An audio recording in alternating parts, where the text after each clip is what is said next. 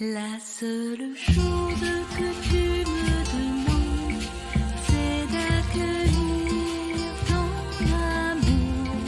La seule chose que tu me demandes, c'est de l'accueillir un peu plus chaque jour. La seule chose que tu me demandes, c'est d'accueillir ton amour. La seule chose que tu me demandes, c'est d'être à toi pour toujours. Bonjour, chers choisis de Jésus. Comme toujours, je suis ravi de vous retrouver. Aujourd'hui, je vais aborder avec vous l'amour fidèle de Jésus. C'est une invitation à la confiance, à l'écoute et à l'abandon. Eh bien, découvrons cela avec la pensée de ce jour qui est extraite du message numéro 3 du premier volume de Pour le bonheur des miens, mais choisis Jésus. Mon enfant, je prends soin de tout, je prends soin depuis longtemps de ceux et celles que tu portes dans ton cœur et que tu m'as confiés. L'amour que j'ai pour toi est sans limite. Demeure à mon écoute, je conduirai chacun de tes pas. Je crois que Jésus, avec cette pensée, nous rassure. Il veille avec attention sur ceux que nous lui confions. Il nous appelle aussi à être, nous aussi, attentifs à sa voix pour nous guider. Alors, reprenons cette pensée du jour pour essayer d'en extraire les idées clés. Mon enfant, je prends soin depuis longtemps de ceux et celles que tu portes dans ton cœur et que tu m'as confiés, dit Jésus. Jésus, je crois, exprime ici combien il nous écoute et combien il prend en charge ceux que nous lui confions. Il me semble donc que l'idée clé de cette première phrase, c'est l'engagement de Jésus à notre égard. Jésus s'engage pour nous. Deuxième phrase, l'amour que j'ai pour toi est sans limite. Ici, je crois que Jésus décrit la mesure de son amour. Et donc, l'idée clé, me semble-t-il, c'est que son amour est total, inconditionnel et irrévocable pour nous. Troisième phrase, demeure à mon écoute. De même, que Jésus nous écoute, il souhaite que nous soyons aussi attentifs à lui, à l'image de sa relation avec le Père lorsqu'il était sur terre. Donc l'idée clé, ici, je crois que c'est être attentif à ce que Jésus veut me dire à tout instant. La quatrième et dernière phrase, c'est « Je conduirai chacun de tes pas », dit Jésus. Bien, je crois qu'ici, Jésus exprime qu'il veut être le conducteur de notre vie. Alors, l'idée clé, pour moi, je crois que c'est être tout à lui, comme les disciples étaient tout à lui lorsqu'ils ont choisi de le suivre. Alors, j'aime bien me poser cette question, comment Jésus pense-t-il dans ce message? Alors, il me semble que Jésus veuille que nous soyons tout à lui, comme lui est tout à nous. C'est pourquoi il prend à sa charge ceux qu'on lui confie afin que nous puissions lui être totalement disponibles. Ce qu'il désire, c'est de nous envoyer là où il veut et non pas que nous allions là où nous voudrions. En somme, il nous demande de l'imiter lorsqu'il était sur terre, aller là où le Père le voulait et dire et faire ce qu'il voulait lui, le Père. Alors, il me semble aussi que ce message révèle quelque chose de notre propre mentalité à nous, sur terre. Il me semble que ce message nous met face à notre tendance à vouloir gérer par nous-mêmes ceux qui nous entourent et à choisir nos propres directions, nos propres chemins. Jésus nous montre ici notre mentalité d'autosuffisance en contrastant avec, je crois, l'abandon qui nous invite à vivre.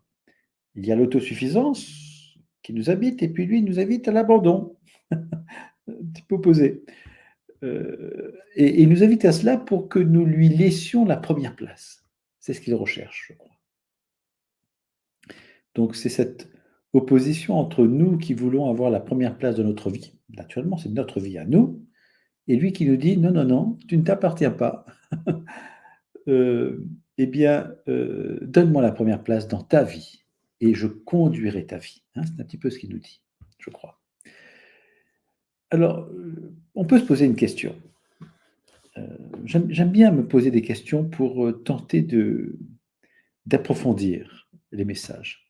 Voici donc la question que je vous propose. Suis-je prêt à laisser Jésus prendre en charge ceux que j'aime et à écouter sa voix pour me laisser guider vers les chemins qu'il a choisis pour moi? Est-ce que je suis prêt pour cela? Est-ce que je me rends prêt à cela? Eh bien, j'ai envie de répondre ceci: oui, je veux laisser Jésus prendre en charge ceux que j'aime, leur confiance, son amour et sa fidélité, car je sais qu'il veille sur eux avec plus de soin que je ne pourrais jamais le faire. Et pareil avec mes enfants, avec mon épouse, etc. En me libérant de cette responsabilité, eh bien, je suis davantage disponible pour écouter Jésus et suivre ses appels. Plutôt que plutôt que de m'attacher au chemin que j'aurais choisi, eh bien, je m'efforce de m'abandonner à sa volonté, étant prêt à aller là où il me conduit, certain que son plan est bien meilleur pour moi et pour ceux qui m'entourent, tout simplement. Donc je fais le choix de croire en lui. J'aime bien aussi, vous avez dû vous en rendre compte, j'aime bien aussi établir un peu le lien entre cette pensée du jour et puis, l'évangile de ce jour. Eh bien, donc la question que je me pose, c'est quel lien pouvons-nous faire entre cette pensée du jour et l'évangile de Luc, chapitre 14, versets 15 à 24, de ce jour? Alors, pour rappel, l'évangile de Luc, donc chapitre, Luc 14, 15 à 24, eh bien, raconte la parabole de l'invitation au grand festin. Dans cette parabole, un homme organise un grand banquet et invite de nombreux convives. Mais chacun d'eux trouve une excuse pour ne pas venir. L'un a acheté un champ, un autre 5 paires de bœufs, et encore un autre vient de se marier. Enfin, face à leur refus, eh bien, le maître de la maison décide d'ouvrir les portes à ceux qui n'étaient pas initialement invités, comme les pauvres, les estropiés, les aveugles, les boiteux. Alors, le banquet se remplit finalement avec ceux qui sont disponibles et qui acceptent l'invitation. Alors, voici ce que je vous propose comme lien entre cet évangile-là et que je viens de résumer et la pensée de ce jour. Premier lien, je crois que c'est l'abandon à la volonté de Dieu. Alors, dans la parabole de l'évangile, donc, les invités initiaux refusent l'appel du maître en raison de leurs préoccupations personnelles, préférant suivre leur propre plan. De la même manière, Jésus, dans le message de ce jour, nous invite à lui confier les gens que nous aimons et à écouter sa voix pour suivre ses orientations, et non les nôtres. Il s'agit donc, je crois, de renoncer à nos propres projets pour se rendre disponible à ce qu'il nous propose, à l'image de ceux qui, dans la parabole, acceptent de venir au festin. Voilà. Deuxième lien, je crois, c'est l'importance de la disponibilité intérieure. Dans l'Évangile, ceux qui répondent à l'invitation, ce sont ceux qui, en fin de compte, n'ont pas d'obstacle personnel. Jésus, par son message, nous invite à libérer notre cœur de la surcharge de nos propres projets et responsabilités, en le laissant prendre en charge ce que nous lui confions. Donc, ça ouvre un espace en nous pour écouter son appel et accepter de répondre à sa mission, comme les invités de la dernière heure qui acceptent avec joie l'invitation au banquet. J'espère que je suis clair. Troisième lien, il y a la gratuité de l'amour de Dieu. Dans la parabole, le banquet est offert sans condition. Il est ouvert à tous ceux qui souhaitent répondre, en particulier les exclus et ceux qui ne possédaient rien. Jésus nous rappelle dans son message du jour, la pensée de ce jour, hein, donc je vous rappelle qu'il est extraite du message 3 du premier volume. Donc Jésus nous rappelle dans ce message, dans cette pensée du jour, que son amour pour nous est inconditionnel, sans limite. Nous appelons à y entrer sans crainte ni mérite, simplement en disant oui. Le banquet de la parabole représente donc cet amour gratuit que Dieu nous offre et que Jésus nous appelle à recevoir en abondance et en abandonnant nos propres préoccupations. En somme, je dirais que le lien entre les deux textes se dévoile dans l'appel de Jésus à être tout à lui, à répondre avec disponibilité et ouverture à son invitation,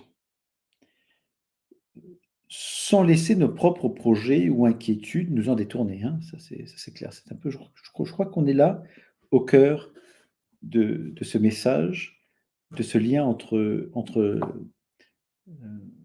l'Évangile et la pensée de ce jour. Alors j'espère que j'étais clair. Et je vous remercie encore une fois de votre présence, de votre fidélité. Et je vous donne rendez-vous tout simplement la semaine prochaine pour découvrir, bien écoutez, une autre pensée du jour avec l'évangile du jour en question, de mardi prochain. J'aime bien faire ces parallèles, j'aime bien trouver les liens. L'évangile, hein, c'est la vie de Jésus.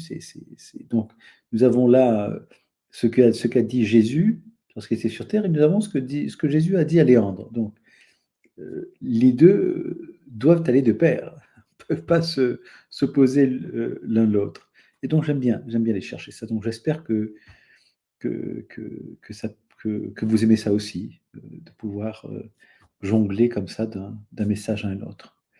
Voilà, je vous souhaite de mettre peut-être en pratique, de vous exercer à cet abandon, à cette confiance en Jésus, à l'écoute de sa parole, de sa voix, et en vue de vous abandonner à lui, tout simplement, parce qu'il nous veut tout à lui. Du coup, puisqu'il nous veut tout à lui, il va tout prendre en charge, tout ce que nous allons lui confier, lui donner, lui remettre, il va les prendre. Il va les prendre.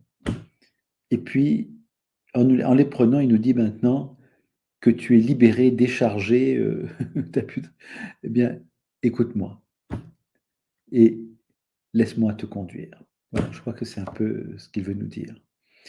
Ne sois pas comme ces invités de la parabole qui ont toutes sortes de choses déjà prévues dans le calendrier et ne peuvent pas se libérer. Non.